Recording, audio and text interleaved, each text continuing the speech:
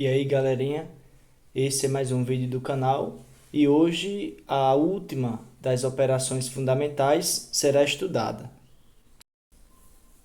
A saber, pessoal, será a divisão de números naturais. Em vídeos anteriores, vimos a adição, subtração e multiplicação de números naturais, em que podemos ver as ideias, né, que estavam associadas a cada uma dessas operações.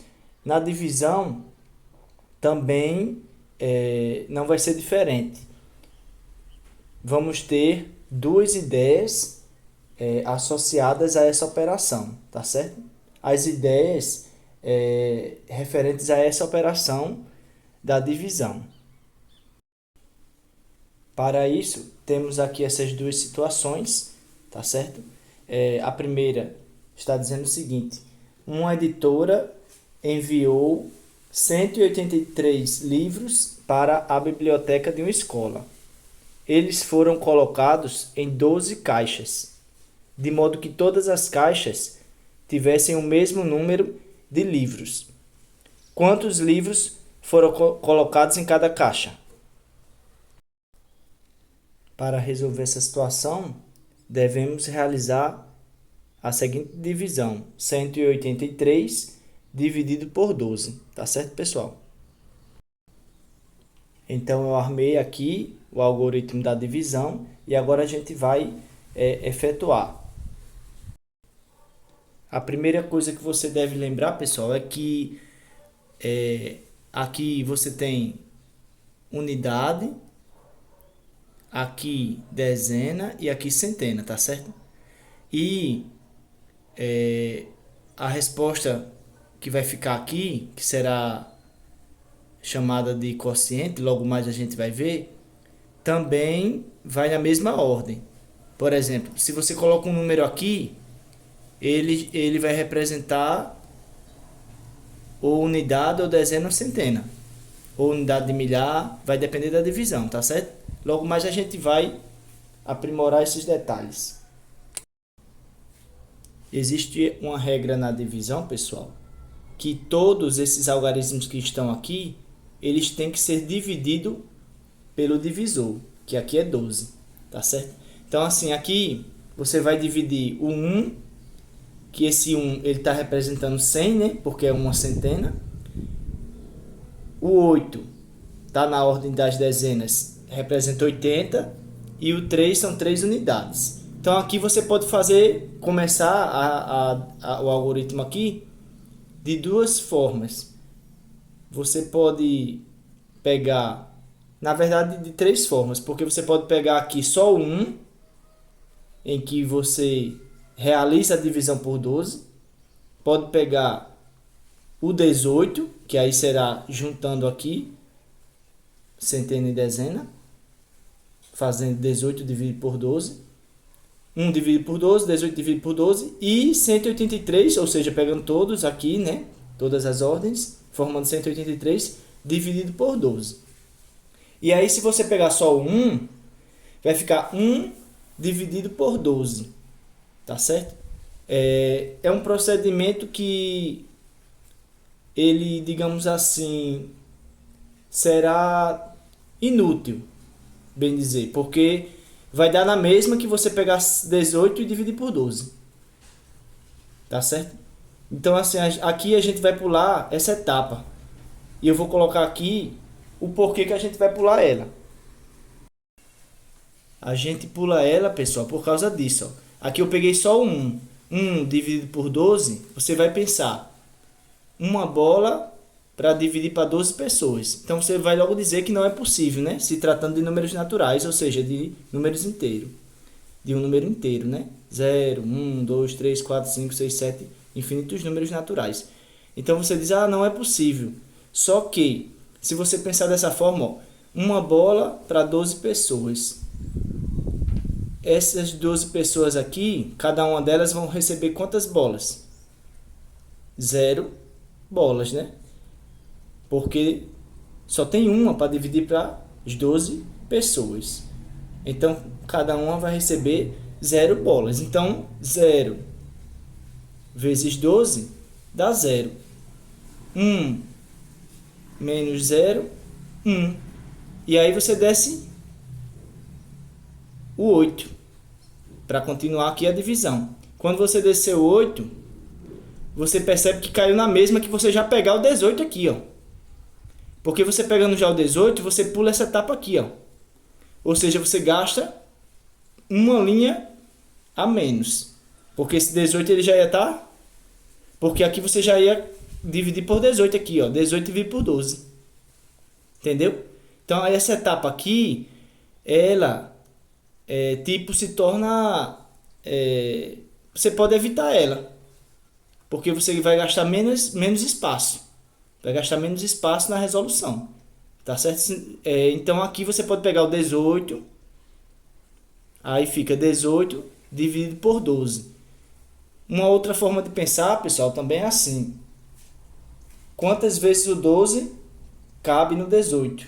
Ou então, qual o número que multiplicado por 12 resulta em 18 ou chega o mais próximo de 18 possível? Então, assim, se você perceber esse pensamento levado para aqui, ó, qual o número multiplicado por 12 que chega o mais próximo do 1? Qual foi? O 0. Porque, ó, 0 vezes 12, 0. Chegou o mais próximo do 1 possível, né? Se fosse 1 aqui, seria 1 vezes 12, 1 vezes 12, 12. E eu ultrapassar o 1 aqui, ó. O que não pode acontecer. Só pode ser menor ou igual, tá certo? Então, aqui, qual o número que multiplicado por 12 resulta em 18 ou chega próximo dele? O mais próximo possível. Se tratando de números naturais. É o 1, pessoal, ó, porque 12 vezes 1, 1 vezes 12 dá 12. Então, chegou o mais próximo possível do 18, né? Porque se você fizesse 12 vezes 2, daria 24 e iria ultrapassar o 18, que não pode, né? Então, ó, 12, aí você subtrai 12, 18 menos 12, 6. Desce o 3 aqui, ó. E agora ficou 63. E aí você pode utilizar o mesmo pensamento. Qual o número multiplicado por 12 que chega o mais próximo possível do 63 ou que resulta igual a ele. Então você percebe, continuando aqui na tabuada do 12, você percebe que vai ser o 5, porque 5 vezes 12 dá 60 e chega o mais próximo do 63. Se você utilizasse aqui, ao invés do 5, 6, daria 72, ultrapassaria o 63, então não pode, tá certo? Então a resposta para essa situação, como o resto, isso aqui, pessoal, vai ser chamado de resto da divisão, tá bem? E como o resto aqui, se você perceber, foi 3, quando o resto é diferente de 0, como 3 é diferente de 0, você vai dizer que a divisão é não exata, tá certo?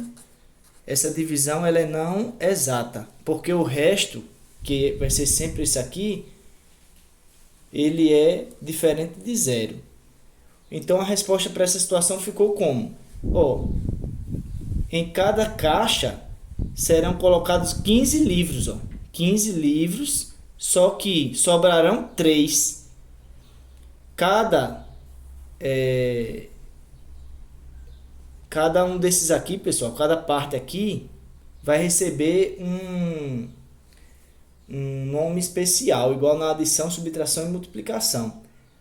O nome que você dará a essas partes aqui da divisão, que a gente vai ver já já, é muito importante para estudos que vão aparecer adiante, tá certo? Será muito importante você lembrar, por exemplo, esse aqui será o resto. Esse aqui será o quociente.